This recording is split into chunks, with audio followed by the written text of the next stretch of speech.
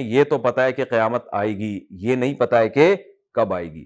تو اس کو عام گواہوں پہ قیاس نہیں کر سکتے، اس لیے کہ جب ایک عام گواہ کہتا ہے فلاں نے چوری کی اور وہ چوری کا ٹائم نہیں بتاتا یا چوری کا کیا دن نہیں بتاتا، تو یہ اس کی واضح علامت ہے کہ یہ جھوٹ بول رہا ہے. لیکن قیامت کے بارے میں اگر پیغمبر ٹائم نہ بتا سکے تو یہ اس کی علامت نہیں ہے کہ معاذ اللہ پیغمبر صلی اللہ علیہ وسلم غلط بیانی سے معاذ اللہ کام لے رہے ہیں. یہ اس کی علامت نہیں، اس لیے کہ پیغمبر وہ کچھ بتا رہے ہیں جو اللہ نے بتایا، تو جتنا اللہ نے بتایا اتنا تو بتائیں گے، جو نہیں بتایا وہ کیسے بتائیں گے.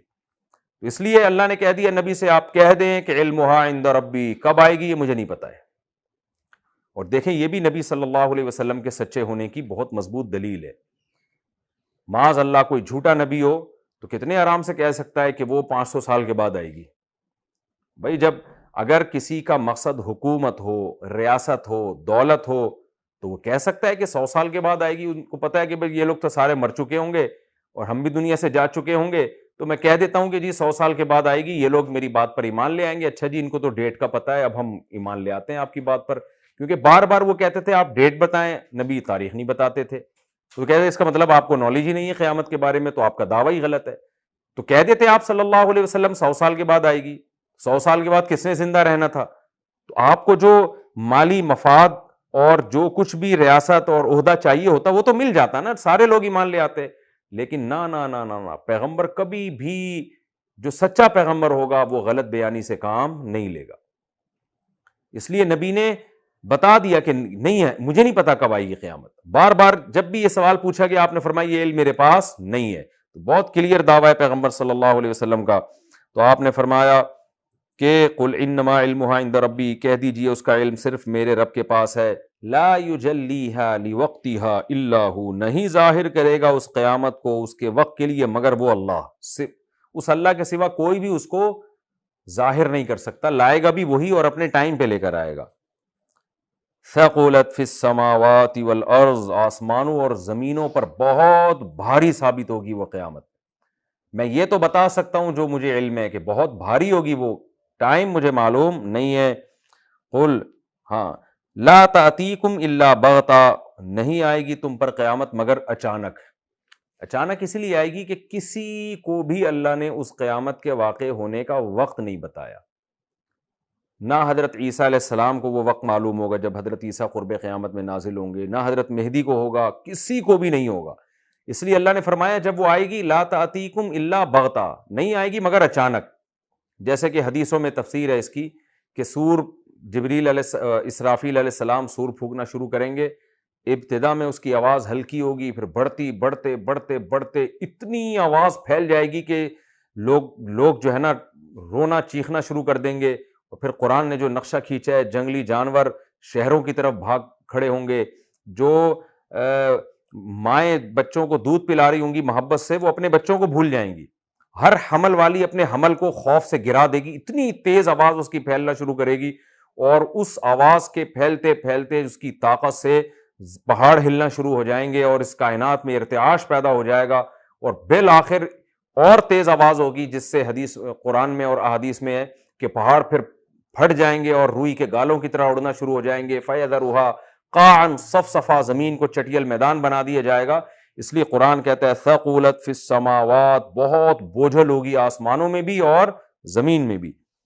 لا تأتیکم الا بغتہ، نہیں آئے گی مگر اچانک. یسألونک کأنک حفی عنہا، اے نبی آپ سے قیامت کے بارے میں ایسے پوچھتے ہیں کأنک حفی عنہا، گویا کہ آپ کو اس کی پوری تحقیق ہے، ایک ایک سیکنڈ کا پتہ ہے کہ کس ٹائم پہ آئے گی.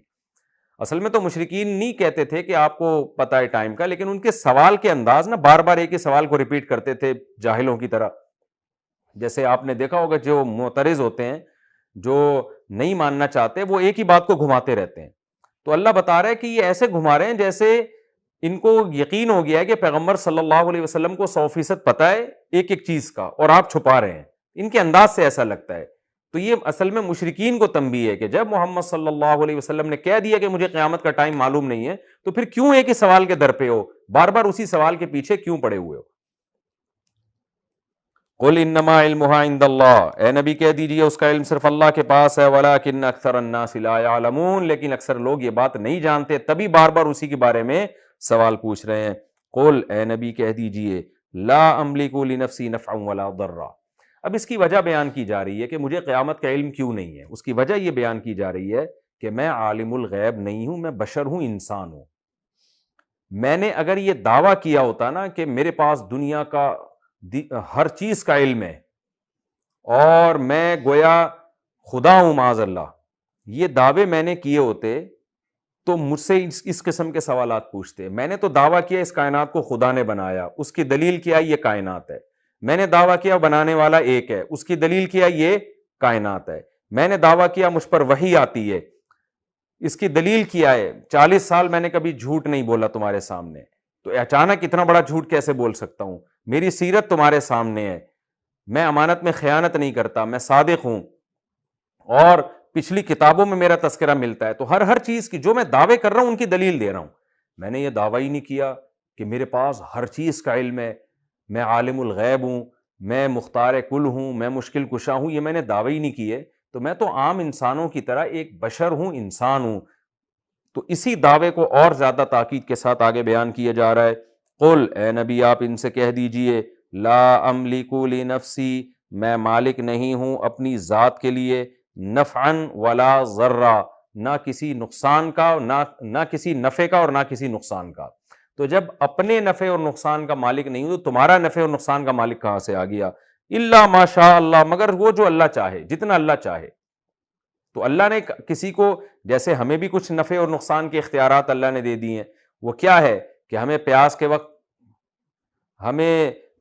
وقت پانی کی طلب ہوتی ہے، ہم پانی نہیں پئیں گے تو نقصان ہو جائے گا. اس کا اللہ نے ہمیں اختیار دیا ہے کہ آپ جاؤ بھائی کولر سے پانی نکال کے پی لو، پی لیں گے تو ہمیں فائدہ ہو جائے گا. تو اسباب کے تحت جو اختیارات آتے ہیں وہ الا ماشاء اللہ میں داخل ہے، کہ وہی اختیارات ہیں جتنے اللہ نے دیے ہوئے ہیں، جو جس کی لاجک ہے، جو اسباب کے تحت آتے ہیں.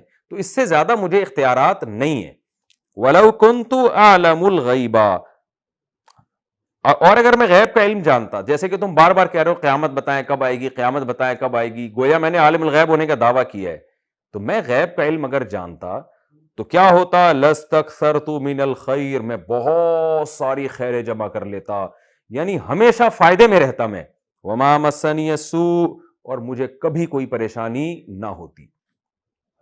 دیکھیں یہ کتنا زبردست اصول اور ضابطہ بیان کیا گیا ہے. جس کے پاس علم غیب ہوتا ہے نا، کہ آئندہ آنے والی کل کا پتہ چل جائے، اسے واقعی کبھی کوئی نقصان نہیں ہو سکتا. آپ نے اپنے بچے کو اسکول کی وین میں بٹھایا، اللہ نہ کرے ایکسیڈنٹ ہو گیا، بچہ مر گیا، اگر آپ کو پہلے سے پتا ہوتا آپ وین میں نہ بٹھاتے اس کو. آپ کو پتا ہے یہ چیز کھانے سے میں بیمار ہو جاؤں گا، آپ وہ نہ کھاتے. آپ کو پتا ہے فلاں علاقے میں وبا آنے والی ہے، آپ نہیں جاتے. آپ کو پتا ہے کہ میں جو ہے یہ کام کروں گا اس کے نتیجے میں یہ نقصان ہوگا، تو آپ وہ کام نہ کرتے.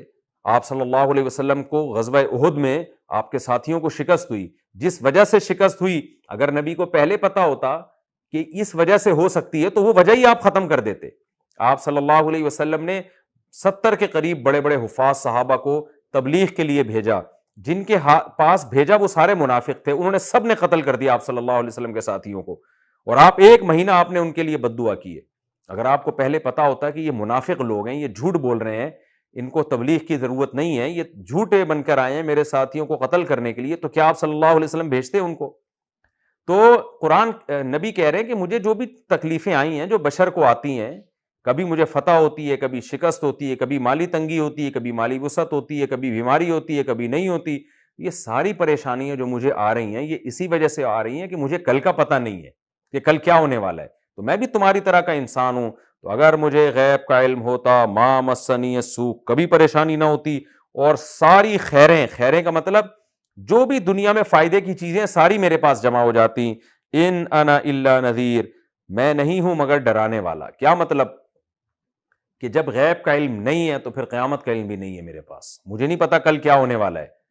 تو اس لیے میری حیثیت جو ہے وہ میں بار بار بیان کرتا ہوں، اسی حیثیت کو فوکس کرو، دائیں بائیں جانے کی کوشش نہ کرو. وہ حیثیت کیا ہے؟ ان انا الا نذیر، نہیں ہوں میں مگر ڈرانے والا.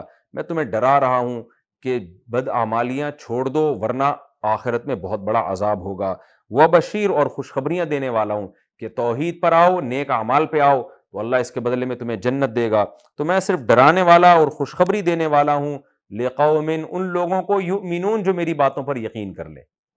اصل میں ڈرانے والے خوشخبری دینے والے تو سب کے لیے ہیں, چاہے لوگ نبی کی بات پر یقین کریں نہ کریں, لیکن چونکہ فائدہ انہی کو ہوگا جو یقین کریں گے, اس لیے یہ لفظ کا اضافہ کر دیا گیا کہ میں حقیقت میں انہی کو ڈرا سکتا ہوں اور انہی کو خوشخبریاں دے سکتا ہوں جو میری باتوں پہ یقین کریں. تو میری پوزیشن یہ ہے, یہ بتانا ہے کہ تمہیں اللہ نے آخرت کے لیے پیدا کیا ہے, اچھا کرو گے آخرت میں اچھا بدلہ ملے گا, برا کرو گے آخرت میں سزا ملے گی. یہ میری حیثیت ہے, اور جس قسم کے بےہودہ سوال تم مجھ سے پوچھ رہے ہو وہ دعوے میں نے کیے ہی نہیں ہے کہ میں عالم الغیب ہوں اور میرے پاس اختیارات ہیں. تو یہ رکوع ہمارا کمپلیٹ ہوا. اس میں جو علمی نکات ہیں, پہلی بات تو کسی نافرمان کے پھلنے پھولنے اور اس کی دولت اور خوشحال زندگی کو دیکھ کر کبھی متاثر نہیں ہونا چاہیے.